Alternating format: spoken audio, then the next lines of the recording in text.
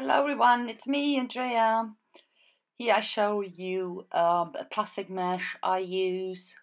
You get that in the DIY. So what I do is actually a notebook, and it is a notebook I was hugely inspired by Ildiko. Um, she made one recently for um, Scrapadidodah. It's Lynn. And I quite make, that I make quite a few of notebooks, art journals, whatever. But I've never made this type, and I like it so much. It's actually, basically, it's put it together is quite easy. But the cover, you can make the cover so nicely. So I thought I would go for that. And here you can see me using a napkin with these tulips, and I use these frame dies. You could see it before, and used 3 dies, and I wanted to have the tulips behind it as pictures, like photos. So I cut there a square into this mesh.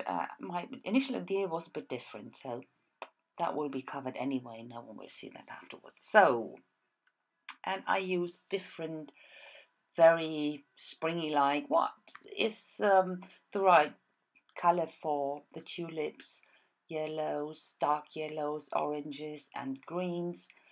And put it on, dab it off, remove a bit with a wet baby wipe. This kind of technique I like a lot. This is this golden green I leave on. I only dab a bit with a dry cloth. And at the very end, one of my favorite greens, it's this lime green, apple green, lime green, whatever you might call it. I love it. That's so fresh, and that's for me. And this is sea green, actually. I work on these frames and put that down. That's quite a cheap craft paint, but I like this paint, the color a lot.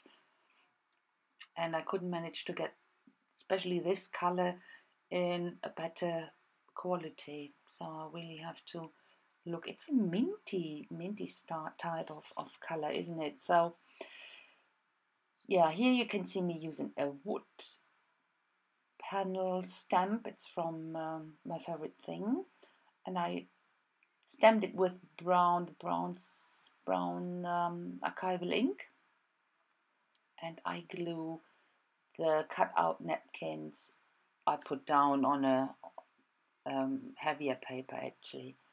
Behind that, bit of edging, the base, and then I try to find out which way I want to assemble it, because I need to put them down before, because I want to do 3D type of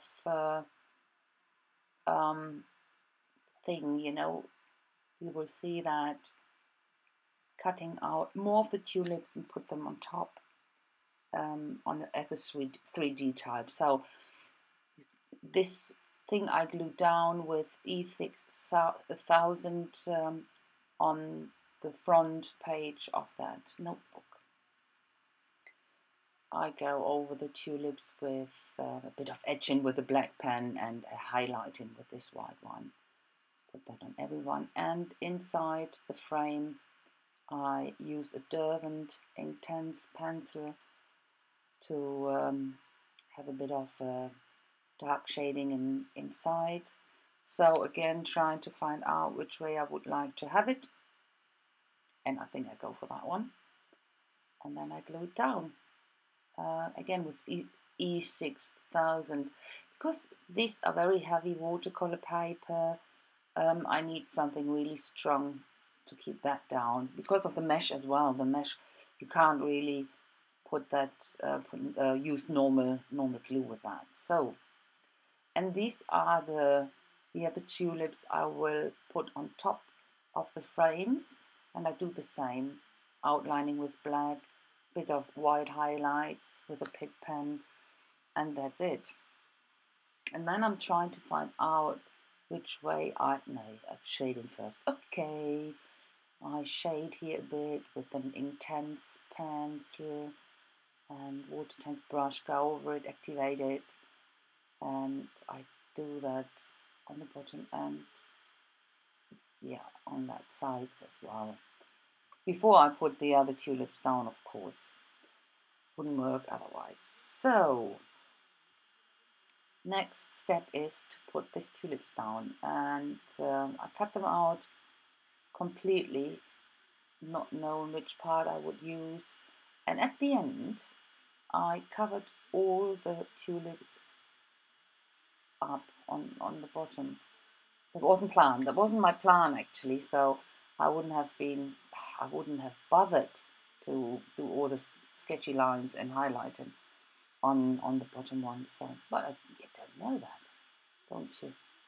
It's a process again. So, and the next thing I use dimensional double-side tape because they're sticking out.